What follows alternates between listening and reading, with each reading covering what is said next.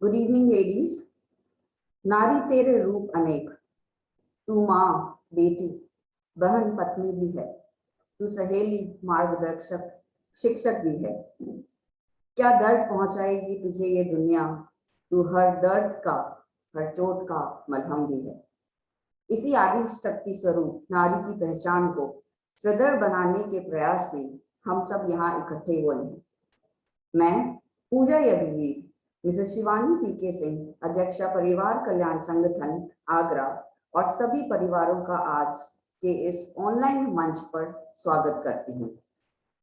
आज हमारे बीच मौजूद हैं शक्ति का वो रूप जो चट्टान से अटल और मोम से कोमल है। इनका नाम है नीतू जी, जो कि एक एसिड अटैक सर्वाइवर ही नहीं, एक वॉरियर भी हैं।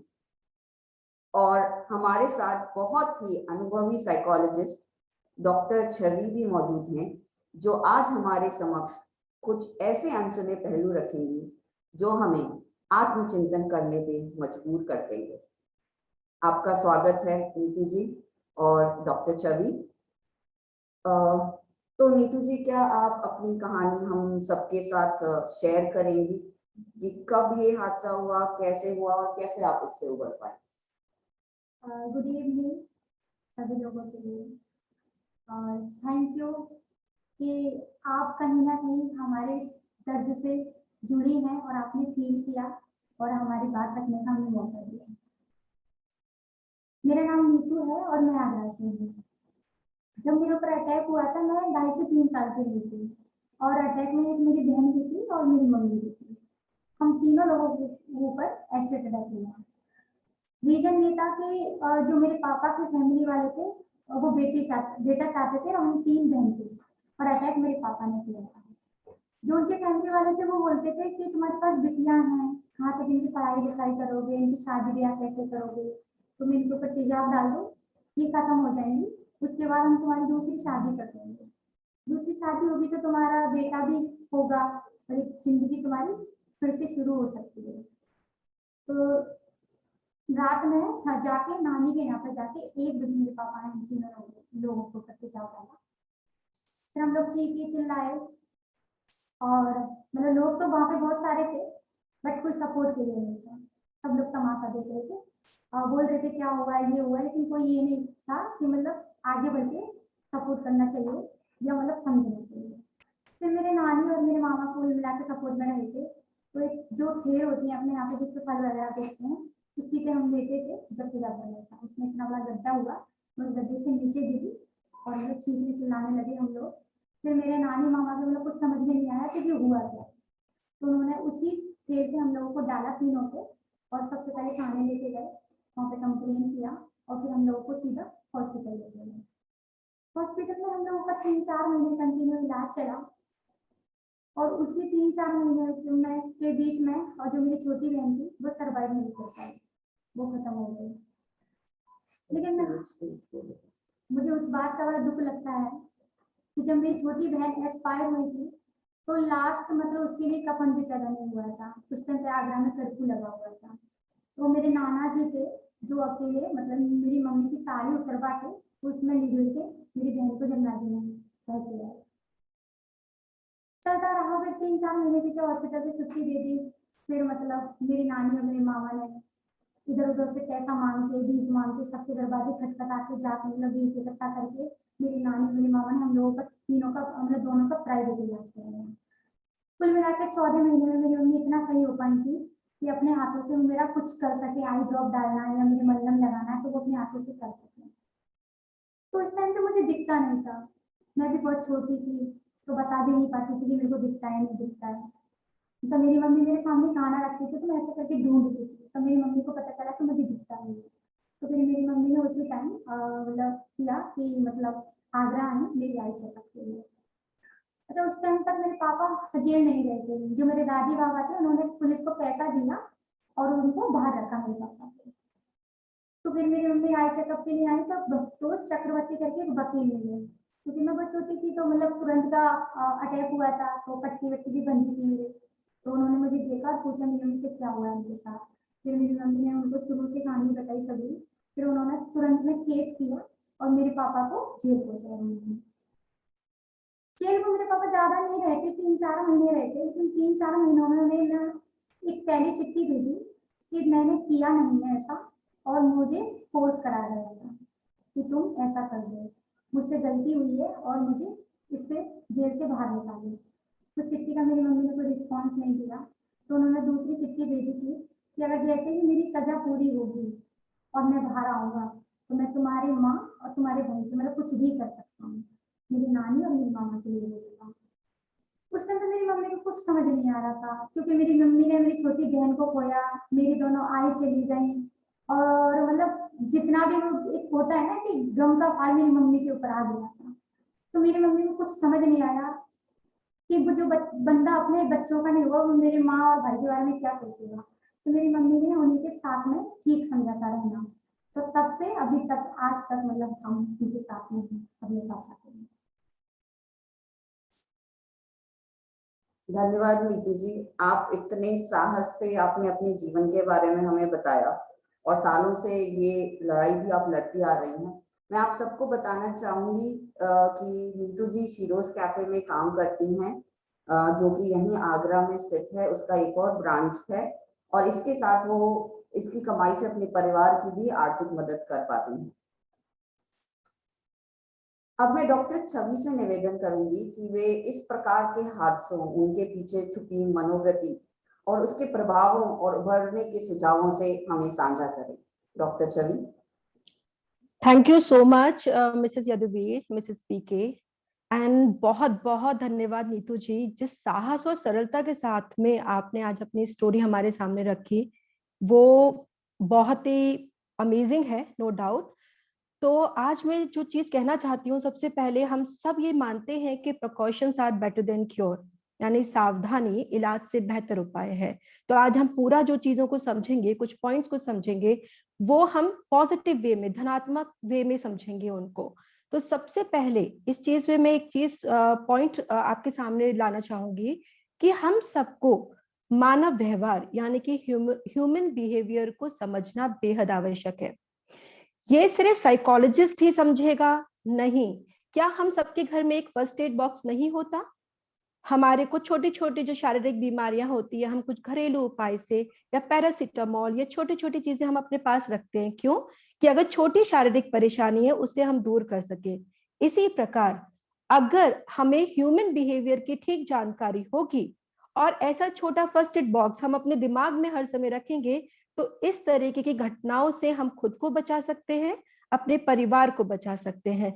तो ये जानकारी आप प्लीज किसी साइकोलॉजिस्ट से, किसी काउंसलर से या किसी बहुत ही अनुभवी सोशल वर्कर से ले सकते हैं।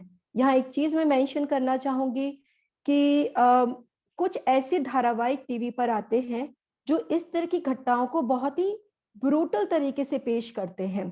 उनको सिर्फ अपने टीआरपी से मतलब है, उसको वो लोग आपको ज्ञानवान नहीं बनाना चाहते, वो सिर्फ अपना सीरियल को आगे बढ़ाना चाहते हैं।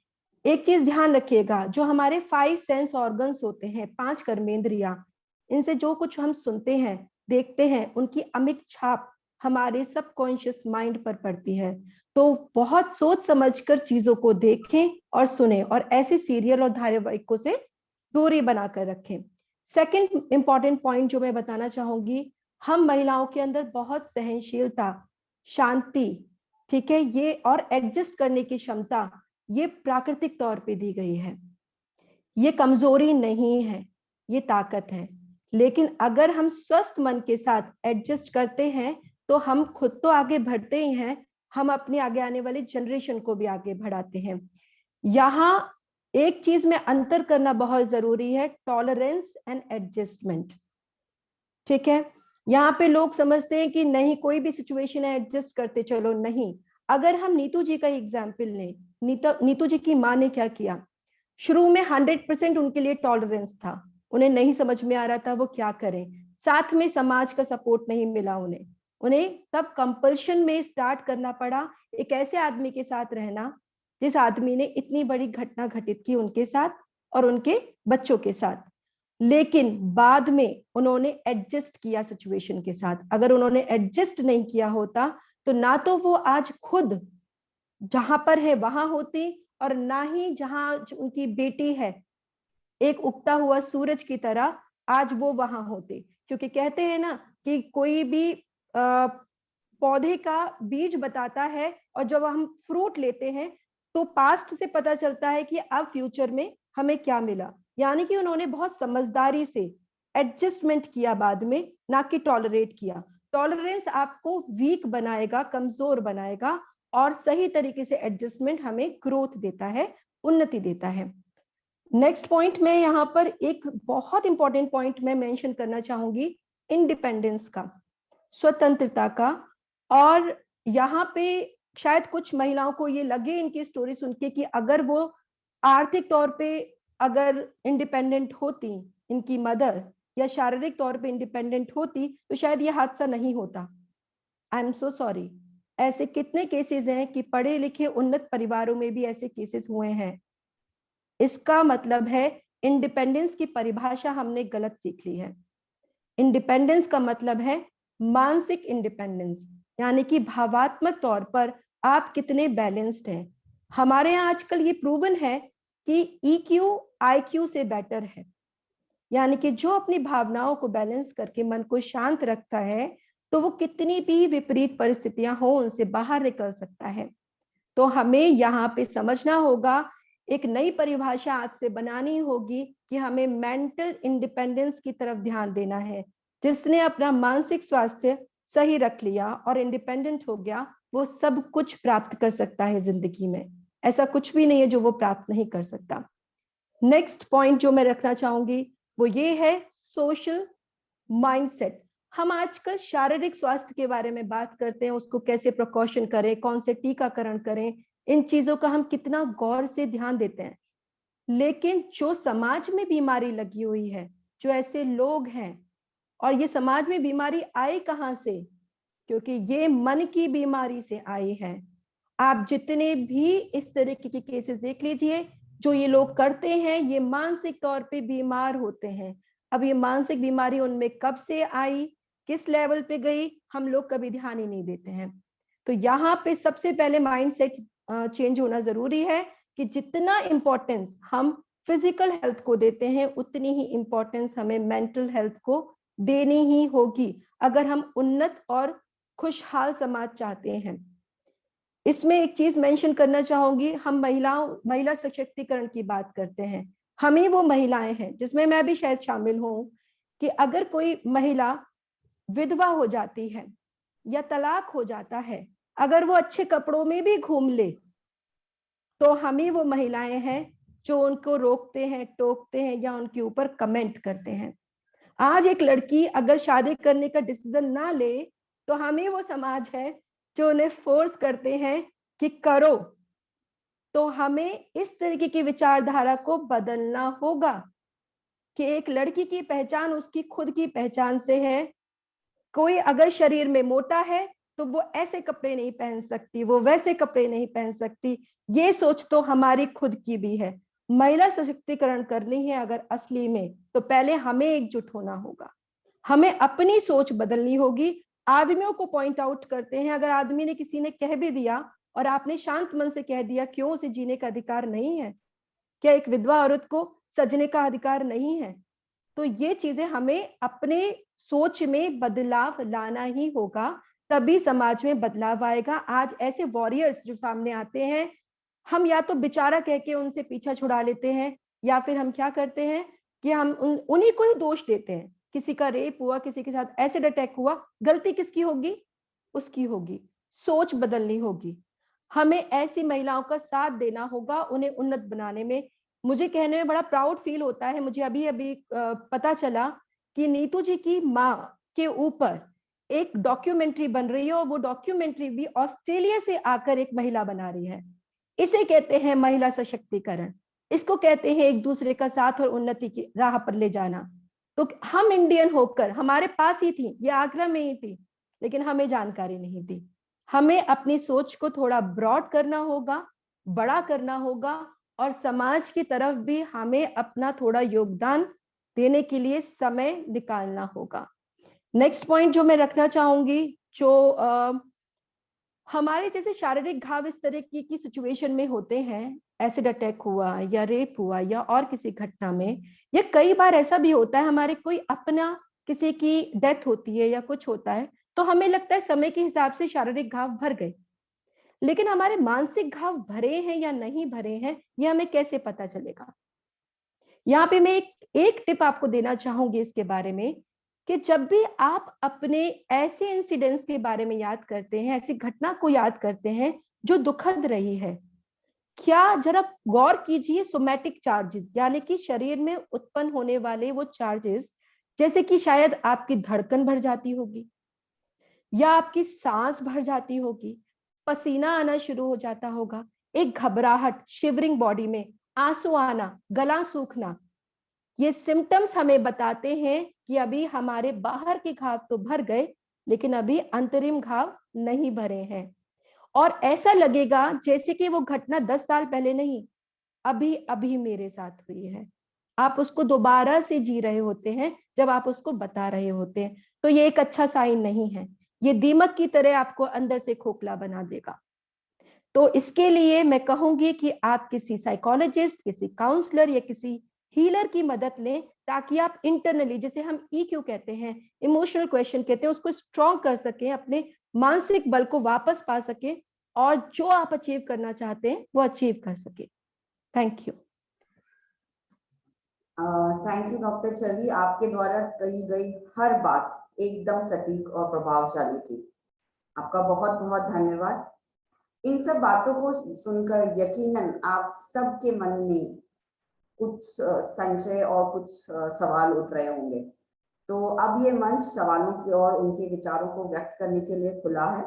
आप अपना हाथ खड़ा कर सकते हैं और जैसे जैसे मैं आपका नाम लूं आप अपना सवाल पूछ सकते हैं। तो सबसे पहला सवाल आएगा हमारे यहाँ पे दीप्ति जी की तरफ से। दीप्ति जी आप अनम्यूट कर लीजिए। दीप्ति मिश्रा जी।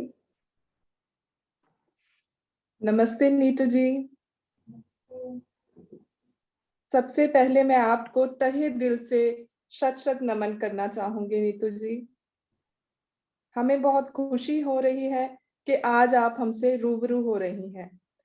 नीतू जी, आपकी जो ये जिंदगी है हमारे लिए बहुत प्रेरणादायक है, क्योंकि आपकी जिंदगी से हमें ये सीखने को मिलता है कि जब मुश्किल परिस्थितियां आती हैं तो उनका सामना कैसे करना है, उसमें अपने आप को संभालना कैसे है।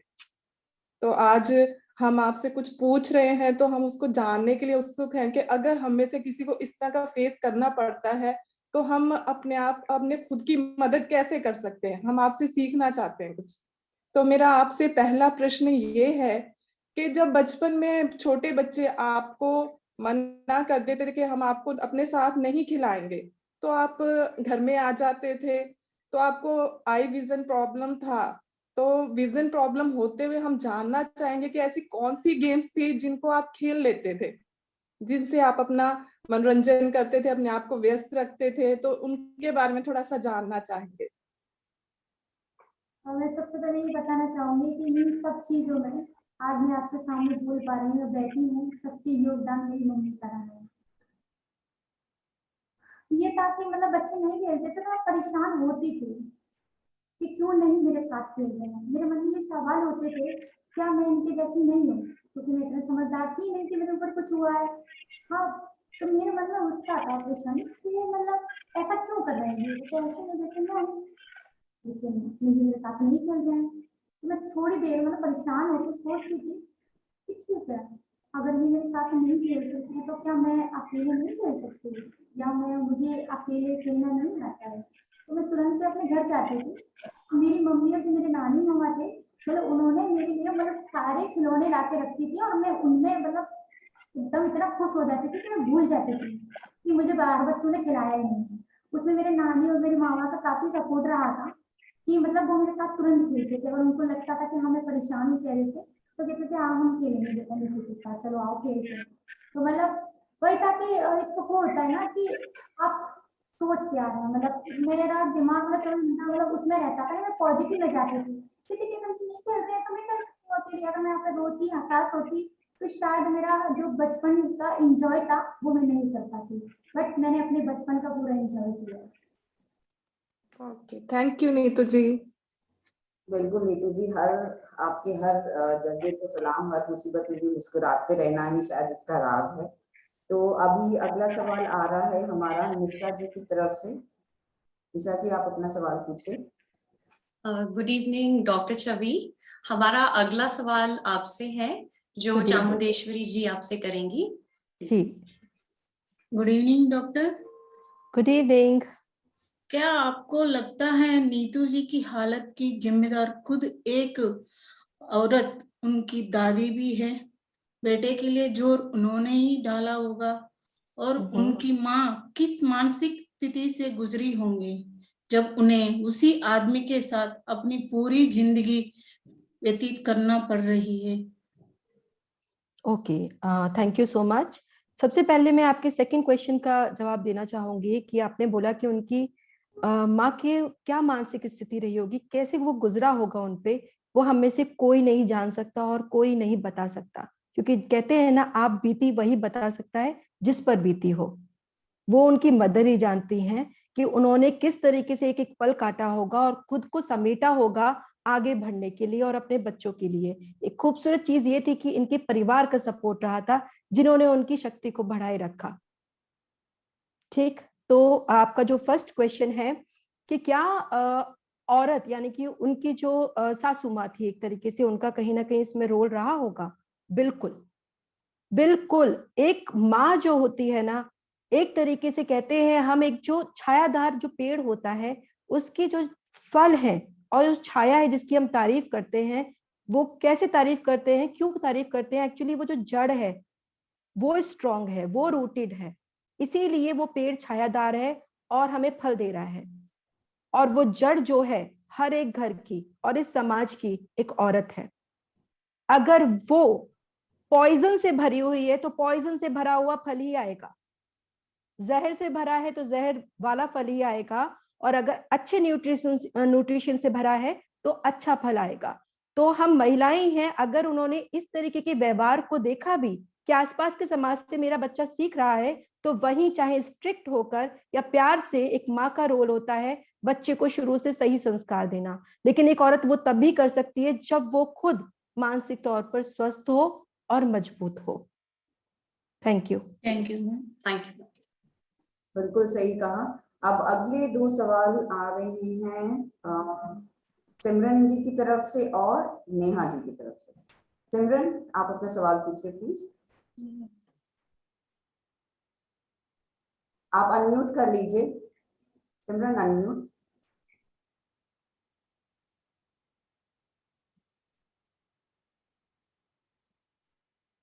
हाँ जी। नमस्ते नीतू जी। हमें आपसे बहुत प्रेरणा मिली है कि आपके जीवन में इतना कुछ होने के बावजूद आपने हार नहीं मानी, बल्कि आप आगे बढ़ रहे हो अपने जीवन में इतनी खूबसूरती से। आपने हम सभी औरतों के लिए मिसाल पेश की है। आपकी आगे की जिंदगी के लिए आपको बहुत सारी शुभकामनाएं हम देते हैं। सवाल जयश्री जी करेंगी। नमस्ते छवि मैम, मैं जयश्री आपसे पूछना चाहती हूँ कि रिजेक्शन से आदमियों में क्रोध क्यों बढ़ जाता है? इस बारे में हम अपने बेटियों और बेटों दोनों को क्या सिखा सकते हैं? Thank you so much. नमस्ते। यहाँ पे हमें ये समझना होगा रिजेक्शन की फीलिंग कब होती है, जब हमारा ईगो, अहम बड़ा होता है। और अहम जो होता है वो बचपन से ही कंडीशनिंग होती है। एक बच्चे की प्रथम पाठशाला उसका परिवार होता है, हर चीज वो वहीं से सीखता है। अगर वो ये देखता है कि माँ का काम कुछ और है, पिता वो काम नहीं करेगा, या माँ ने अगर कुछ बोल दिया, पिता का हक है उसे डांटने का या मारने का, ठीक है, तो वहां पे उसने देखा कि रिजेक्शन अगर कहीं से भी मिलेगा तो ताकत का मतलब होता है गुस्सा कर देना, मारना, डांटना। ये तरीका सही होता और एक मर्द को इसी तरीके से चलना चाहिए। एक छोटे बच्चे की कंडीशनिंग वहीं से शुरू हो जाती है। कहते भी हैं 98% थॉट, फीलिंग एंड इमोशंस हमारे नहीं होते, हमने वातावरण से सीखे होते हैं। एक माँ का और पिता का दोनों का फर्ज है। क्या होता है, कई बार माता पिता अच्छे होते हैं, लेकिन अगर कभी पिता ने माँ को डांट दिया, तो उन्होंने सॉरी बोला अकेले कमरे में, लेकिन डांटा किसके सामने? बच्चों के सामने, राइट? तो यहाँ पे सॉरी कहना बच्चों के सामने और एक दूसरे के साथ हार्मनी क्रिएट रखना और साथ में लड़का लड़की का भेद ना करना, दोनों से हर प्रकार के काम कराना। अगर एक बच्ची है तो वो झाड़ू लगा रही है, लड़का है तो वो पोछा लगा रहा है, अगर लड़की बैठी है तो उसके बर्तन भी उठा के रख सकता है लड़का। ये कंडीशनिंग हम औरतें ही करती हैं कि नहीं, लड़के को ये काम नहीं करना चाहिए, लड़की को ये काम करना चाहिए। अगर एक लड़के को किचन में खाना बनाना पसंद है तो हम उस पे हंसते हैं, हम ही उसका ईगो हाई करते हैं। क्यों? एक शेफ बन सकता है एक लड़का। अगर एक लड़की को सिलाई पसंद है, लड़के को वो एक बहुत अच्छा फैशन डिजाइनर बन सकता है। हम कभी इस तरह से प्रोत्साहित नहीं करते हैं। तो हमें सोच बदलनी होगी और जो उनका मन है, और दोनों ही तरीके के संस्कार दोनों ही बच्चों में हमें डालने होंगे। Thank you. नेहा, अब आप अपना सवाल पूछें। मेरा डॉक्टर छवि से, हम जो कि समृद्ध समाज का हिस्सा है, तो हम ऐसा क्या कर सकते हैं कि हम और सारी महिलाएं सुरक्षित में? हम उन्नत समाज का हिस्सा हैं, ये परिभाषा हमने कैसे दी है? क्या हम वाकई उन्नत समाज का हिस्सा हैं? क्योंकि इंफ्रास्ट्रक्चर बहुत अच्छा हो गया है, क्योंकि मटेरियल थिंग्स बहुत अच्छी हो गई हैं, क्योंकि हम बहुत अच्छे स्कूल में अपने बच्चों को डाल सकते हैं। उन्नत समाज की परिभाषा क्या है? उन्नत समाज की परिभाषा ये है कि क्राइम बढ़ते जा रहे हैं। उन्नत समाज की परिभाषा ये है कि हम डर जाते हैं, 7 बजे के बाद घर से बाहर नहीं निकल सकते हैं। हमें पहले ये फिर से रीडिफाइन करना होगा कि जिस तरीके से हमने इंडिपेंडेंस को रीडिफाइन किया कि उन्नत समाज क्या है, जहां हम खुलकर इधर उधर जा सकते हैं, निडर होकर बच्चों को बाहर भेज सकते हैं, हमें कोई डर नहीं हो। तो ये जो उन्नत समाज है वो हमें दोबारा, अगर परिभाषा रीडिफाइन करनी है तो दोबारा से क्रिएट भी हमें को करना होगा। तो उसके लिए हमें, जैसे हमने बताया कि महिलाओं को आपस में साथ आना होगा, हमें एक दूसरे की मदद के लिए हाथ बढ़ाना होगा और हमें किंगडम ऑफ आई की जगह किंगडम ऑफ वी के बारे में सोचना होगा, यानी कि हम सब साथ हैं।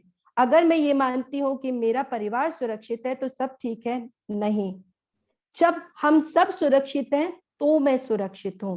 बदलाव सोच में लाना होगा, रोजमर्रा में छोटी छोटी नई चीजें हमें अपने अंदर डालनी होंगी और वही संस्कार हमें बच्चों में देने होंगे। 10 साल लगेंगे, 10 साल में एक आप उन्नत, एक्चुअल उन्नत समाज देख पाएंगे अगर हमने आज से ये कोशिश करनी शुरू की तो। Thank you. बिल्कुल सही कहते हैं, हम समाज को बनाते हैं, समाज हमें नहीं। बिल्कुल। अब अगला सवाल आ रहा है शालिका जी और उनकी फैमिली की तरफ से। नमस्ते, मेरा सवाल डॉक्टर छवि से है। सरकार द्वारा बहुत सारी स्कीम्स शुरू की गई हैं, जैसे कि बेटी बचाओ बेटी पढ़ाओ वगैरह। अवेयरनेस कैंपेन्स भी शुरू किए गए हैं, बहुत से चल रहे हैं। और 2013 में फाइनली एसिड अटैक्स के अगेंस्ट कानून भी निकाला गया था, जैसे कि एसिड के सेल पे रोक लगाई गई थी। पर इससे अभी भी ये दुर्भाग्यपूर्ण हादसे रुक नहीं रहे हैं और मतलब एक्चुअली कम भी नहीं हो रहे हैं। तो आपको क्या लगता है कि ऐसे और क्या ठोस कदम उठाने चाहिए जिससे ये हादसे रोके जा सकते हैं? Thank you so much. ये बहुत ही अच्छा प्रश्न है और इसका मतलब ये है कि हम सब समझने लगे हैं कि कानून व्यवस्था कठोर हो रही है, हर तरीके के उपाय हो रहे हैं, लेकिन उसके बाद भी कुछ वर्क नहीं कर रहा है। यानी कि हमें अपना सोच बदलने की जरूरत है, कुछ तो बदलने की जरूरत है जिसके द्वारा हम कुछ बदलाव ला सकते हैं। तो अगर हम एक पहल शुरू करें, सबसे पहले देखेंगे हम क्राइम बढ़ रहा है, हर चीज बढ़ रही है, उसमें कोई बदलाव नहीं आ रहा है, यानी कि मानसिकता नहीं बदल रही है। हमारी मानसिकता वही है आज भी, जो और बेकार होती जा रही है। ठीक है, जिस तरीके से हमने अभी बात की कि ये समाज में जो भी बदलाव हमें लेकर आने हैं वो हमें अपनी सोच में बदलाव लेकर आने हैं। जैसे उन्होंने बोला कि हम उन्नत समाज के भाग हैं। कौन सा उन्नत समाज? उन्नत समाज की नई परिभाषा हमें रखनी होगी। क्या हम बच्चों को एक दूसरे के साथ सौहार्दपूर्ण वातावरण के लिए प्रेरित करते हैं, या हम उन्हें एकेडमिक के लिए प्रेरित करते हैं कि जॉब पा जाओ, कंपटीशन करो, फिर जेलस फैक्टर पैदा होता है। तो जो हमारी एकेडमिक है, क्या वो हमारे पूरे व्यक्तित्व को निखारने में मदद कर रही है? हमें सोचना होगा, नहीं कर रही है। वो हमारे अंदर और विषैले पदार्थ क्रिएट कर रही है कंपटीशन के थ्रू, जेलसी के थ्रू, कंपैरिजन के थ्रू। हमें कुछ नया करना होगा कि हम एक दूसरे की, हम अपने बच्चों को कितनी बार सोशल वर्क के लिए लेके जाते हैं, हम उनके अंदर कितनी बार दूसरों के प्रति क्या भाव रखना चाहिए, क्या कितना करते हैं, जानवरों के प्रति क्या भाव रखना चाहिए, इस प्रकृति के प्रति क्या भाव रखना चाहिए, हम सब भूल चुके हैं। ट्यूशन पढ़ लो, नई एकेडमी ज्वाइन कर लो, अपने करियर पे फोकस करो, चाहे बच्चा डिप्रेशन में आ जाए। तो हमें सब कुछ छोड़कर स्व परिवर्तन से विश्व परिवर्तन होता है। सबसे पहले हमें खुद की सोच परिवर्तित करनी होगी, हमें कुछ नया सीखने की जरूरत है, चाहे उसके लिए हम कुछ नई वर्कशॉप कंडक्ट कर सकते हैं, कुछ साइकोलॉजिस्ट, कुछ मोटिवेशनल स्पीकर्स, कुछ नए रास्ते जो समाज सेवी निकाल रहे हैं उनसे कुछ सीखना और उनको आगे बढ़ाना। क्योंकि सिर्फ उनको पनिश करना इज नॉट सफिशिएंट। जितना पनिशमेंट बढ़ रहा है उतना क्राइम बढ़ रहा है। इसके पीछे, उनके पीछे कोई पेन है। कोई क्रिमिनल बनता है तो उसकी बैकग्राउंड हिस्ट्री क्या है, कभी हमने जानने की कोशिश की? वो किस पेन से गुजरा, उसकी कंडीशनिंग कैसी हुई? शायद कंडीशनिंग चेंज होने से उसकी सोच परिवर्तित हो जाए। शायद पनिशमेंट उसके लिए था ही नहीं, उससे उसका ईगो और ज्यादा हर्ट हुआ, उसको और आपने प्रोवोक कर दिया ऐसे हाथ से और क्रिएट करने के लिए।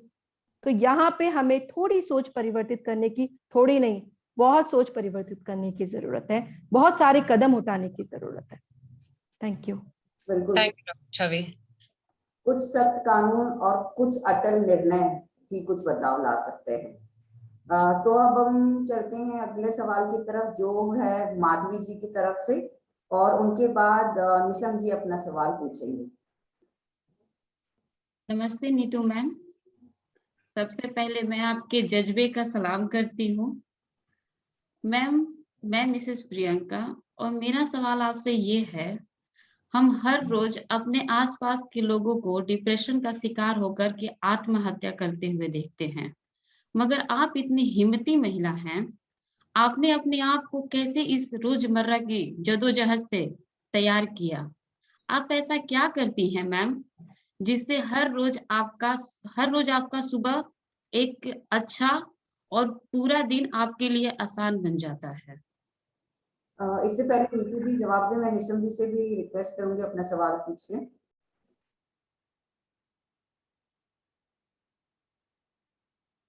हाँ जी, आप अनम्यूट कर लीजिए। हाँ, मेरा सवाल नीतू जी से है, और वो ये है कि हम तो छोटी छोटी बातों से जो है लाइफ में घबरा जाते हैं कई बार, लेकिन आपके पास ऐसी कौन सी शक्ति थी या ऐसा कौन सा भाव था जिससे आपको इससे लड़ने की जो है वो प्रेरणा मिली या जो एक ताकत मिली?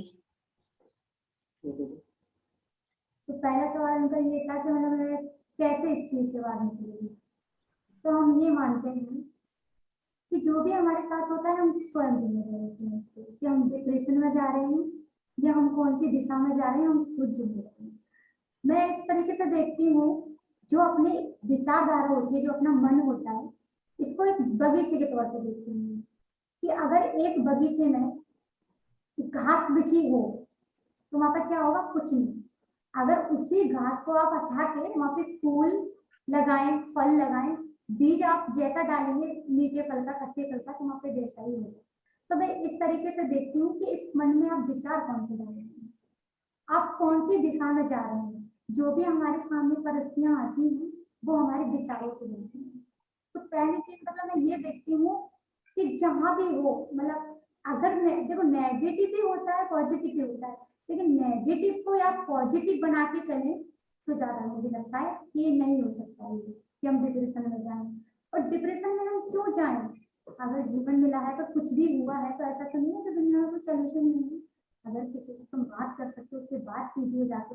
अगर तुम्हारी तरफ से कुछ गलत हो रहा है तो उसको सुधारने की कोशिश करो, 2-4 लोगों से मिलो जो तुम्हें अच्छी राह दिखा सके। तो वही चीज है कि मैं सोचती हूँ कि अगर कोई सोच रहा है कि मुझे सुसाइड करना है, कुछ भी हुआ है तो शायद वो एक बार ये बात सोच ले कि जो जिंदगी मुझे मिली है, हो सकता है वो जिंदगी किसी और का सपना हो, तो शायद वो रुक सकता है। और ये भी देखती हूँ मैं कि अपनी जिंदगी को इतना मतलब खराब समझ लेते हैं, मतलब इतना वो समझ लेते हैं कि इसको खत्म कर दो, उसका कोई मकसद ही नहीं है। जिसके पास आंख नहीं है उनकी आंखों की, उससे आंखों की कीमत पूछो कि आंखों की कीमत क्या होती है। जिसके पास हाथ नहीं है उससे आप जाके पूछिएगा तुम्हारे हाथों की कीमत क्या है। जिसके पास पैर नहीं है उससे पूछिएगा, लेकिन हमें तो भगवान ने सब कुछ दिया है। अगर ये तुम्हारे दिमाग में आ जाएगा तो शायद मुझे लगता है कि कुछ हो पाएगा। और हम क्या सोचते हैं, अरे अगर कुछ भी होगा वो क्या कहेगा, ये समाज क्या कहेगा। समाज क्या कहेगा, जो हमारे बारे में जैसी राय बना ली हम वैसे हैं, लेकिन हमें हमारी कीमत जितना मतलब जितनी, जैसे कि मान लीजिए एक एग्जाम्पल से समझते हैं हम कि हमारे पास एक अनमोल हीरा है। अगर हम आलू वाले के पास जा रहे हैं तो आलू के हिसाब से हीरे की कीमत को समझिएगा। अगर आप किसी संत के पास जाने तो उसके अपने हिसाब से समझेगा। तो ये जीवन हमारा बहुत अनमोल है। तो आप अपने जीवन की, जिस माँ ने हमें जन्म दिया है, जिस बाप ने हमारी परवरिश की है, आप उससे पूछिए कि आपकी जीवन की कीमत क्या है।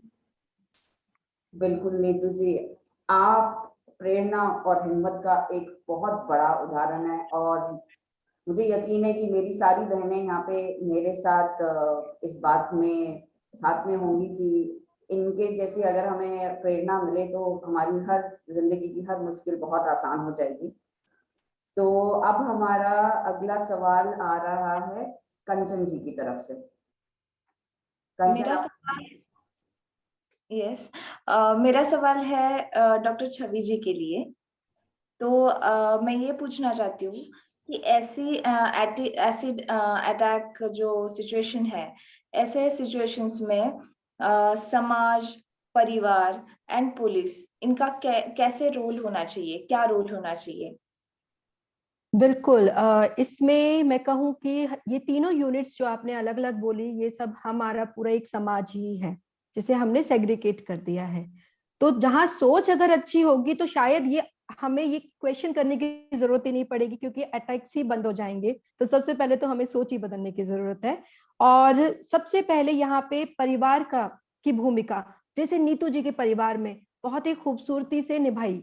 उनके मामा ने, उनकी नानी ने उन बच्चों को और अपनी बेटी को एक साथ दिया, एक सपोर्ट दिया हमेशा, तो जिसकी वजह से वो आगे बढ़ पाई। तो परिवार का सबसे पहला जो रोल होता है वो ये होता है, चाहे आपके पास पैसा नहीं है, चाहे आपके पास कोई सोर्स नहीं है, चाहे आपको लगता है कि आप कुछ नहीं है, लेकिन आपके दो शब्द कि मैं तुम्हारे साथ खड़ी हूँ, हम तुम्हारे साथ खड़े हैं, ये एक जादू की छड़ी की तरह काम करते हैं। उससे एक तो वो जो वॉरियर, मैं कहूंगी फिर से, वो जो वॉरियर है वो जल्दी से जल्दी रिकवर करता है मानसिक और शारीरिक तौर पे। और जैसा कि फिर नीतू जी ने बताया, अगर जिंदगी मिली है और थोड़ा सा सपोर्ट मिल जाए तो सब कुछ पाया जा सकता है। नेक्स्ट भूमिका मैं बताऊंगी आस पड़ोस, यानी कि जो हमारा आसपास की सराउंडिंग होती है, जिसे हम समाज कहते हैं। अगर हमें कभी भी कहीं से चीखने पुकारने की, किसी घर से आवाजें आती हैं, तो जनरली हमारा फर्स्ट रिएक्शन क्या होता है? सर्वाइवल मोड में आ जाते हैं, फाइट या फ्लाइट। हम सबसे पहले क्या करते हैं? सीधे फ्लाइट मोड में आ जाते हैं, अपने घर की कुंडी अंदर से लगा लेते हैं कि कहीं हम पर अटैक ना हो जाए। इस टाइम पर हमारी भूमिका ये होती है कि और 4 आस पड़ोसियों को फोन करें, भीड़ इकट्ठी होकर बाहर निकले, क्योंकि वो जो अटैकर है वो ऑलरेडी फियर में है, अटैक कर रहा है उस समय भी फियर में है, ठीक है, उसकी मनस्थिति स्ट्रांग नहीं है, तो हो सकता है डर की वजह से अटैक कम कर दे। तीसरी बात, हमें तुरंत इमरजेंसी कॉल्स, जैसे पुलिस हुआ या फिर एम्बुलेंस को तुरंत इमीडिएटली कॉल करना चाहिए, ताकि उनको, जिसके साथ घटित हो रहा है उसका दिमाग उतना काम नहीं करेगा उस टाइम पे। हम लोग अगर ऐसे सपोर्ट करते हैं तो उनको जल्दी से जल्दी हॉस्पिटल पहुंचाया जा सकता है, जिससे उनकी जान बच सके।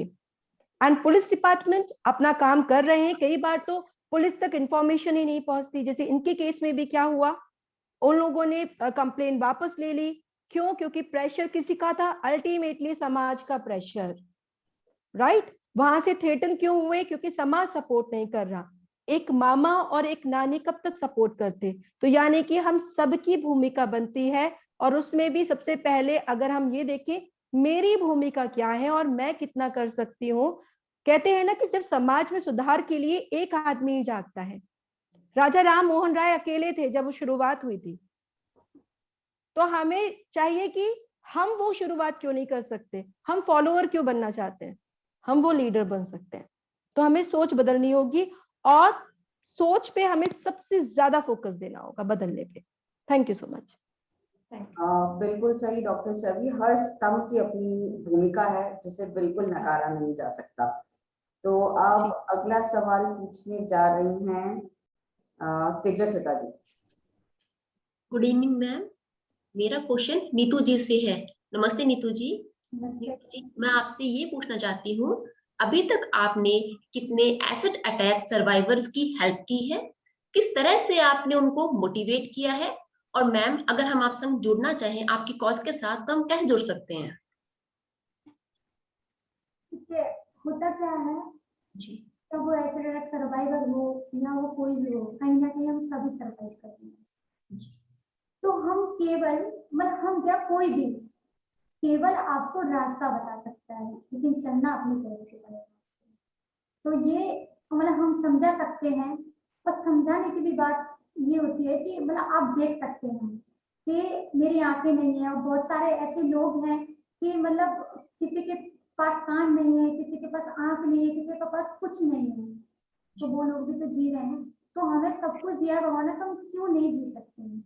और हम उनके पास मतलब उनको वो बेसहारा बंदे हैं, हमारे पास तो सब कुछ दिया भगवान ने, तो हम उनका सहारा बने, और हम अपनी लाइफ को क्यों मतलब खराब समझे। और क्या मैम ने कहा मतलब ये बहुत जरूरी है कि होता क्या है ना कि लेडीज ही लेडीज की, जैसे कि मैं जब बड़ी हो रही थी तो मैं फेस नहीं कवर करती थी, मैं ऐसे जैसे आप आज आपके सामने बैठी हूँ मैं ऐसे चलती थी, तो लोग मुझसे कमेंट करते थे, लेडीज ही कमेंट करती थी, अरे मिट्टी का तेल डाल के आग लगानी होगी, कुछ रहा होगा लड़के वड़के का। तो मैं जाके बोलती थी मैम आप अगर मेरे बारे में ऐसा सोच रहे हैं तो शायद आपको इतना इजी लग रहा है आग लगाना, तो आप लगा के देखिए, आप आग भी मत लगाइए, आप माचिस की तीली जला के अपने हाथ पे लगा के देखिए, तो शायद आपको पता चल जाएगा कि क्या होता है। आपका होता है ना नजरिया, तो आप किस नजरिए से आप देख रहे हैं, किस नजरिए से आप देख रहे हैं, तो ना नजर बदलेगी तो नजरिया अपने आप बदल जाएगा। तो मुझे लगता है कि कहीं ना कहीं बहुत मुश्किल होता है वैसे कि अपने आप को मजबूत बनाना और हिम्मत हौसला ढूंढना, लेकिन हमें अपने अंदर ही खोजना है, कहीं नहीं मिल सकता है, क्योंकि बस हम कोई हमें रास्ता दिखा सकता है लेकिन चलना हमें होगा। तो हमें खुद से ही सीखना है कि हमें क्या करना है, क्योंकि मैं मानती हूँ कि अपनी लाइफ की चाबी अपने हाथ में रखनी चाहिए। मतलब सामने वाले ने कुछ भी बोला तो हम खुश हो जाए, अगर उसने बुराई कर दी तो हम दुखी हो जाए, तो क्यों हो, जीवन हमारा है, एक्सेप्ट हमने अपनी जिंदगी को एक्सेप्ट खुद करें। मतलब मुझसे लोग बोलते थे तेरा चेहरा ऐसा है, तू फेस कवर करा कर किसी को नहीं पता चलेगी, या क्यों मतलब फेस कवर करूं, मेरा जीवन है, एक मेरा फेस वो था जो मैंने नहीं देखा, लेकिन जो मेरा फेस मुझे अभी मिला है, इसके साथ मैं जी रही हूँ, मैं देख पा रही हूँ, यही मेरी पहचान है। अगर आपको मेरे साथ से दिक्कत है तो आप मेरा साथ छोड़ सकती हैं। जिन्होंने गुनाह किया है वो फेस कवर नहीं कर रहे हैं, वो आराम से बिंदास होके जी रहे हैं, और मैं मतलब घुट घुट के जीऊं, मर के जीऊं, क्यों जीऊं। एक समाज होता है ना, तो मतलब कुछ भी होता है विक्टिम बना देता है, मजबूर लाचार बना देता है। तो हम मानते हैं कि सबसे ज्यादा शक्तिशाली तुम्हारे शब्द होते हैं। अगर मुझे नहीं दिखता, अगर आप में से मुझे से कोई बोल दे, मैं बोल रही हूँ कि मुझे पेंटिंग करना है, आप बोल देंगे अरे तुझे आपको दिखता नहीं, आप नहीं कर पाएंगे। अगर आप में से किसी ने एक ने ये बोल दिया हाँ तुझे आप कर सकती है, हम बताएंगे, हम हैं आपके साथ, कीजिए, तो मेरे अंदर एक वो ऊर्जा आ जाएगी कि हाँ मैं कर सकती हूँ। नीतू जी आप सब कुछ कर सकती हैं, और हम यहाँ पे बैठा नीतू जी आपके जज्बे को सलाम है।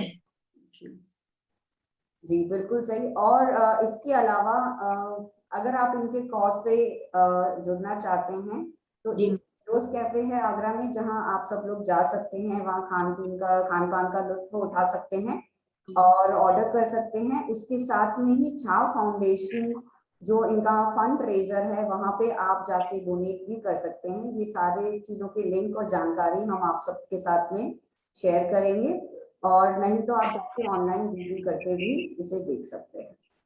तो सवालों का सिलसिला अब समाप्त होता है। आशा है आप सबके संशय, सब डाउट्स दूर हो गए होंगे। अब मैं निवेदन करती हूँ कि आप सब में से जो भी अपने विचार और कुछ व्यक्त करना चाहें, मंच आपके लिए खुला है।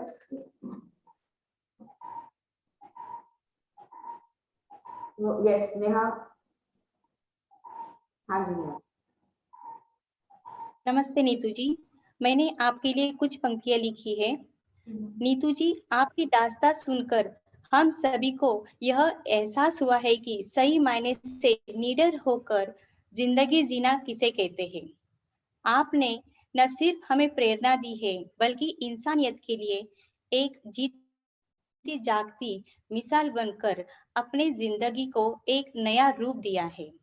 हर चुनौती से आगे बढ़कर आपने जीवन की नायिका बनना शिकार नहीं, यही तो सही मायने से नारी शक्ति है। नमस्ते। Thank you. हाँ जी, और कोई? ऋतु जी आप बोलिए।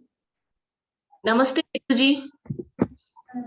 अपने जीवन में बहुत संघर्ष किया है, इसी को देखकर मैं कुछ पंक्तियां बोलना चाहूंगी। तेरे दाग ही तेरी पहचान है, तेरे दाग ही तेरी पहचान है, तुझे नाम और भी कमाना अभी बाकी है। सिर्फ चेहरा ही झुलसा था तेरा, शरीर में जान अभी भी बाकी है। इस हादसे से अगर तू उभर न पाती तो कैसे इस जंग में अलग पहचान बनाती। अगर तू इतनी हिम्मत न दिखाती तो यह कहानी शुरू ही ना हो पाती। Thank you. बहुत खूब, बहुत खूब, बहुत खूब। हाँ जी, तो अब अगले हैं कृपाली जी। नमस्ते नीतू जी और डॉक्टर छवि। मैं भी आप दोनों के लिए दो शब्द कहना चाहती हूँ। नीतू जी, आपने ऐसे हादसे के बाद भी बड़े ही मजबूत होकर इतने साल अपने आप को संभाला है, संवारा है, सक्षम बनाया है और अपने लिए एक खुशहाल जीवन रचा है। इस मेहनत, लगन और साहस के लिए मैं नीतू जी की और ऐसी परिस्थिति से उभरी हुई दूसरी महिलाओं की दाद देती हूँ और सलाम करती हूँ उन सबको जिन्होंने समाज की मुश्किलों को मात देकर दुनिया में अपने लिए एक महत्वपूर्ण स्थान बनाया है। मैं डॉक्टर छवि जी को भी शुक्रिया कहना चाहती हूँ कि आपने हमें आज बहुत अच्छे से समाज के व्यवहार के बारे में समझाया और बताया कि हमें अपनों को सुरक्षित करने के लिए क्या क्या कर सकते हैं। धन्यवाद। Thank you. Thank you so much. हाँ जी, तो अब हमारे साथ में है प्रीति। नीतू जी, मुझे कहते हुए बहुत खुशी हो रही है कि मुझे आज आपसे बात करने का मौका मिला है। ये मेरा सौभाग्य है और मैं यही कहना चाहूंगी कि सच में आप हमारे लिए एक प्रेरणा स्रोत हैं, क्योंकि अब मैं सोचती हूँ कि हमारे पास सब कुछ होने के बावजूद हम छोटी छोटी परेशानियों को लेकर इतना घबरा जाते हैं, जल्दी हार मान लेते हैं। बट आपकी कहानी सुनने के बाद ऐसा लगता है कि हमारी जो प्रॉब्लम्स है वो आपकी प्रॉब्लम्स के सामने तो कुछ भी नहीं है। और मुझे लगता है कि असली नारी शक्ति की पहचान तो आप हैं। और अंत में मैं आपको आपके भविष्य के लिए बहुत बहुत शुभकामनाएं देना चाहूंगी। Thank you. Thank you so much. जी, अब मौसमी मैम साहब आप अनम्यूट कर लीजिए जी। आप हर नारी के एक प्रेरणा का आपके लिए मैं पंक्ति चाहूंगी। जननी जीवन भी मैं जज्बातों पे मेरा जोर, सशक्त हूँ वह साकार, नारी हूँ कमजोर, नारी हूँ मैं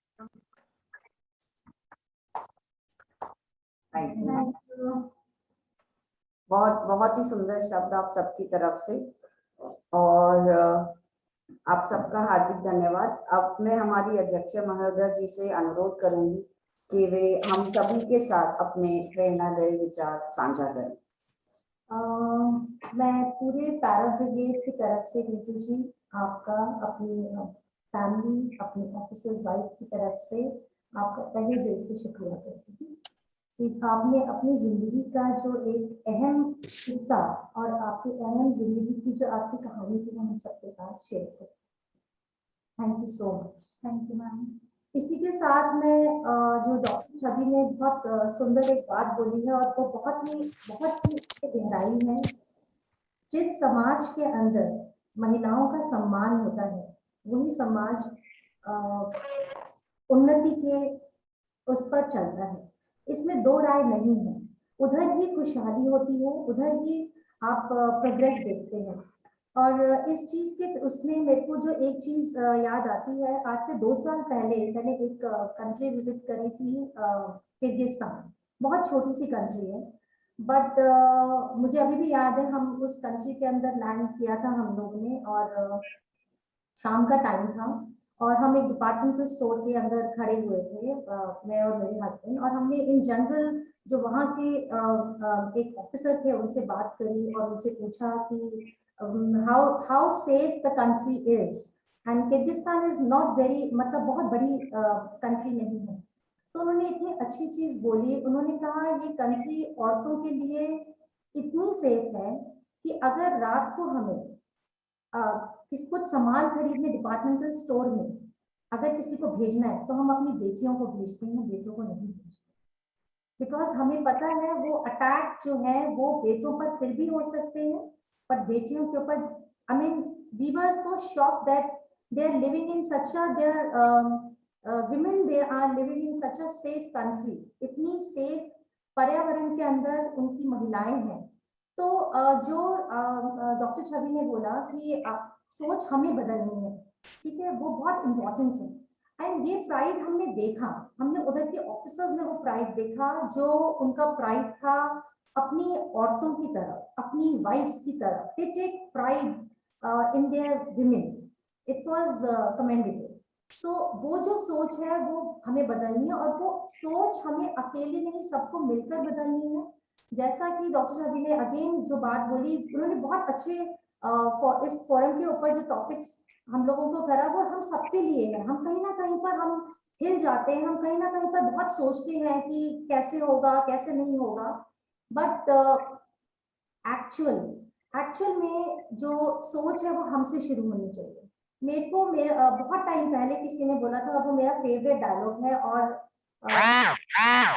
जो मुझे नीतू जी से मिलकर लगा कि वो इट्स अ ब्यूटीफुल डायलॉग कि मैं अपनी प्रिय हूँ एंड माय फेवरेट। सो मुझे लगता है कि जब तक आप अपने प्रिय नहीं है, जो नीतू जी ने बोला कि मन जो है वो आपका एक बगिया की तरह है कि उसमें घास है कि झाड़ है कि फूल है। तो जब तक आप अपने फेवरेट नहीं हो, जब तक आप अपने प्रिय नहीं हो, मुझे नहीं लगता कि आप किसी और को भी हैप्पी कर सकते हो। तो पहली चीज ये है। और सेकेंडली डेफिनेटली जो क्राइम है, क्राइम करने वाला तो अपराधी है ही, बट जो क्राइम देख रहा है, जैसे मेंशन किया कि जो आसपास के लोग हैं, जो नीतू जी के साथ भी हुआ, उस टाइम पर बचा सकते थे। कितनी टाइम के ऊपर हमने देखा है जब अपराध हो रहा है लोग देखते हैं। मुझे तो ये समझ नहीं आता है कि वो उस टाइम पर क्यों कुछ नहीं कर सकते, बिकॉज एक से भले दो वो उसको पकड़ सकते हैं और वो हम देखते रहते हैं। तो आप उतने ही भागीदार बन जाते हो उस क्राइम के अंदर जितना कि वो क्राइम वाला क्राइम कर रहा है। और जैसा डॉक्टर छवि यूज से कि वो वीक है, उसकी मानसिक स्थिति ठीक नहीं है, तो अगर बाकी लोग अगर एकजुट होंगे तो आप उस अटैक से उस इंसान को बचा सकते हो। वो अटैक कोई भी हो सकता है। एंड थर्डली नारी शक्ति, हम जनरली बहुत सारे ओकेजन्स पे ये वर्ड बहुत यूज करते हैं, because it's a very powerful word and बहुत अच्छा लगता है ये वर्ड बोलने में, नारी शक्ति। बट क्या वो नारी शक्ति हम सब लोग अपने लिए अपने अंदर पहचान रहे हैं, इंक्लूडिंग ऑल? मैं ये नहीं कहती जैसा डॉक्टर छवि ने बोला कि हम बोलें कि जो अनएजुकेटेड है उसमें नहीं है या जो एजुकेटेड है उसमें, ऐसा कुछ नहीं है। मेंटल जो हेल्थ, आपका जो इलनेस है वो हर लेवल के ऊपर है, ठीक है। और ऐसा कुछ नहीं है, बहुत दबाव जो है मैंने अच्छे अच्छे परिवारों के अंदर भी देखे हैं जो कि बहुत हाईली एजुकेटेड है, बट लेडीज उससे उभर नहीं पाती हैं, कुछ बोल नहीं पाती हैं। एंड ड्यू टू दैट उससे बहुत चीजें और बहुत सारे अपराध आते हैं, कुछ आते हैं बाहर और कुछ दब के खत्म हो जाते हैं. So and lastly what you have told that हम सबको एक दूसरे का साथ दें. I think that is the most जो आपने एक टॉपिक टच किया कि नारी ही नारी की दुश्मन है, ये सच्चाई. ठीक है, मैं इस चीज से बहुत मतलब मेरा मानना जो है वो दो तरीके से कि हम बोलते हैं कि लड़का जो है वो वंश बढ़ाता है. मेरा मानना दो तरीके से है. वो ये जो लड़का है जो वंश बढ़ाता है, बट उसको जन्म देने वाली जो जननी है वो एक औरत ही है. तो अगर वो ही नहीं होगी तो ये दो बहुत कंट्रोवर्शियल ये है कि वो बढ़ाता है, पर अगर बढ़ाया और अगर आगे जननी ही नहीं है तो वो वंश कहीं ना कहीं आकर तो रुकेगा ही. और जो कि बहुत हमारे समाज की सोसाइटीज में कितनी जगह पर हो रहा है. आजकल लड़कों के पास लड़कियां नहीं है शादी करने के लिए. वो रीजन यही है. आज लड़के जो लड़कियों को ढूंढ रहे हैं पर लड़कियां नहीं है, बिकॉज हमने लड़कियों को पहले ही उनको खत्म कर और इस तरह से अत्याचार करके हमने बिल्कुल खत्म कर दिया. So this is what, and finally I want to say again, Neetu ji, thank you so much कि आप यहाँ पर आए, एंड मैं आपको आपके फ्यूचर के लिए ऑल द बेस्ट बोलना चाहूंगी. और मैं ये भी बोलना चाहूंगी जो आपकी अपकमिंग मूवी आ रही है, जो आपकी और आपकी मदद के ऊपर बन रही है, आपकी इतनी छोटी सी जो आपने इस अपनी कहानी जो हमारे को जो अपनी जीवन शैली के बारे में जो बताया, उससे हम लोग इतने इंस्पायर हुए हैं. और मैं कामना करती हूँ कि हजारों करोड़ों लोग जब आपकी ये पिक्चर आएगी और आपके देखेंगे तो वो उतने ही इंस्पायर होंगे. Thank you so much. Thank you ma'am. सभी लोगों का थैंक यू, धन्यवाद कि सब लोगों ने मतलब इतने अच्छे से हम लोगों की बात सुनी. और मैं लास्ट में एक बात कहना चाहूंगी कि उड़ने को एक आसमां कम पड़ता है, एक और आसमां मंगवा दो. उड़ने को एक आसमां कम पड़ता है, एक और आसमां मंगवा दो. बेशब्द मेरी उड़ान है, मेरे पंख नीले रंगवा दो, मेरे पंख नीले रंगवा दो. बहुत खूब नीतू जी, हमें तो ये नहीं पता था कि आप इतनी अच्छी शायर भी हैं. और मैं धन्यवाद देना चाहूंगी मिसेस पीके का.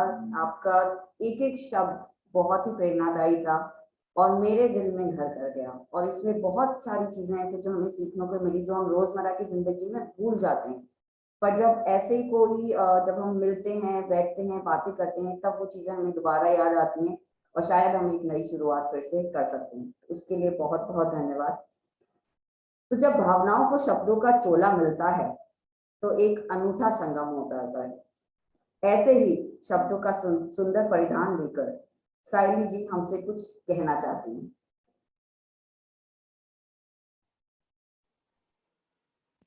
नमस्ते.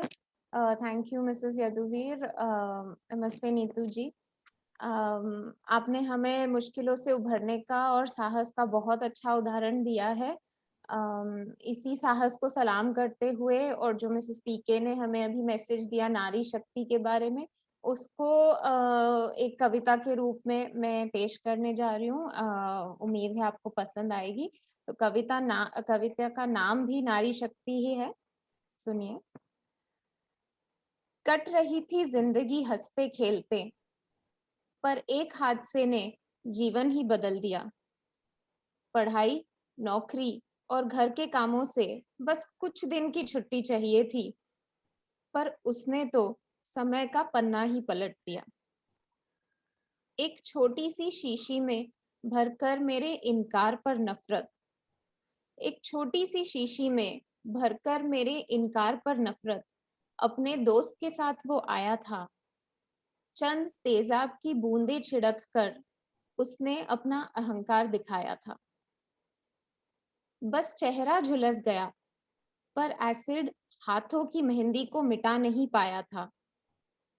दहेज की लालच ने एक नई बहू का अस्तित्व मिटाया था. बेटा चाहिए था, पर बेटी पैदा हो गई. इस बात पर सारे मोहल्ले ने शोक मनाया था. फिर एक बाप ने अपने क्रोध का शिकार अपनी बेटी और पत्नी को ही बनाया था. ये कैसी मोहब्बत है जो दिलबर की तबाही का पैगाम देती है। चाहत होती सच्ची तो यूं जुल्म न करते, क्योंकि मोहब्बत इज्जत और हिफाजत का दूसरा नाम होती है। अब कौन अपनाएगा, कौन संभालेगा, मुझे इसकी कोई परवाह नहीं। मैं शक्ति और साहस हूँ, मैं ढीठ हूँ। अब बिखर कर वापस तुम्हारे ही पास आ जाऊं, इसके तुम लायक नहीं। मैं अकेली ही ठीक हूँ। बहुत हैं अच्छे साथी इस दुनिया में, जो आज भी मेरा हाथ थाम कर चल रहे हैं, जो उस दिन बुत बनकर खड़े नहीं रहे और मदद के लिए आगे बढ़े हैं। सलाम है उन परिवार वालों को और दोस्तों को जो हमेशा सबका हौसला बढ़ाते आ रहे हैं, जो अपने बच्चों की गलतियों को नजरअंदाज ना करके उन्हें सही सीख भी दे रहे हैं। ये दिन किसी की जिंदगी में ना आए कि आईने से दूर रहने का मन करे, अनहोनी को पीछे छोड़ दे और बदले की आग में भी ना जले। सजा तो मुजरिम को होगी और होती रहेगी। मैं एक नई सफल जिंदगी बनाने में व्यस्त हूँ। मेरे ख्वाब, मेरी मेहनत और मेरी ताकत आज भी उतनी ही है। अपनी धुन में, अपनी उन्नति में मैं मस्त हूँ। मैंने बस खुद को ही नहीं, पर सखियों को भी संभाला है। संसार में स्त्री के कई जख्मों पर मैंने मरहम लगाया है। नारी सौम्यता और सहनशीलता की मूर्ति है, मगर दृढ़ निश्चय और शक्ति, सम्मान और ज्ञान का भी प्रतीक है। पूजते तो उसे तुम भी हो, पूजते तो उसे तुम भी हो, फिर वो लक्ष्मी सरस्वती बने या दुर्गा काली, ये तो तुम्हारी नियत पर निर्भर है। धन्यवाद। थैंक यू, बहुत सुंदर। थैंक यू जी। बहुत सुंदर, अति सुंदर शायरी। थैंक यू और सो मच। हर नारी शक्ति को हर नारी शक्ति को शत शत नमन। मैं अब सबसे पहले नीतू जी का धन्यवाद देना चाहूंगी कि उन्होंने हमें अपने जीवन का हिस्सा बनाया और आज हम सबके लिए अपना समय निकाला। मैं डॉक्टर छवि शर्मा जी का भी धन्यवाद देना चाहूंगी, जिन्होंने हमारे सवालों का इतना आराम से, पूरी पेशेंस से और बहुत ही खूबसूरती से जवाब दिया और थैंक यू मैम। अपने विचार हमारे सामने प्रस्तुत किए। Thank you doctor Chhavi Sharma. Thank you. और मैं धन्यवाद देना चाहूंगी आप सभी बहनों का, आप सभी लोगों का जो आज यहाँ पे उपस्थित हैं, और हमारी अध्यक्षा महोदय मिसेस शिवानी पी.के. सिंह जी का, जिनके निरंतर मार्गदर्शन और प्रोत्साहन से आज का ये सेशन इतनी सफलता से ये स्वरूप ले सका है। तो आप सबका हार्दिक आभार। अब यह अंजाम नहीं आगाज है, अब यह अंजाम नहीं आगाज है एक नई शुरुआत का, जहां नारी थामेगी एक दूसरे का हाथ, कर निश्चय रहने एक दूसरे के साथ का। इसी के साथ आप सबका बहुत बहुत धन्यवाद। हम ये सेशन यही खत्म करते हैं। आशा है कि आज के बाद हम जिस भी एक और नारी से मिलेंगे, हम उसके जीवन में कुछ अच्छे की तरफ एक पहल दे पाएंगे। आप सबका बहुत बहुत धन्यवाद। Thank you. जय हिंद।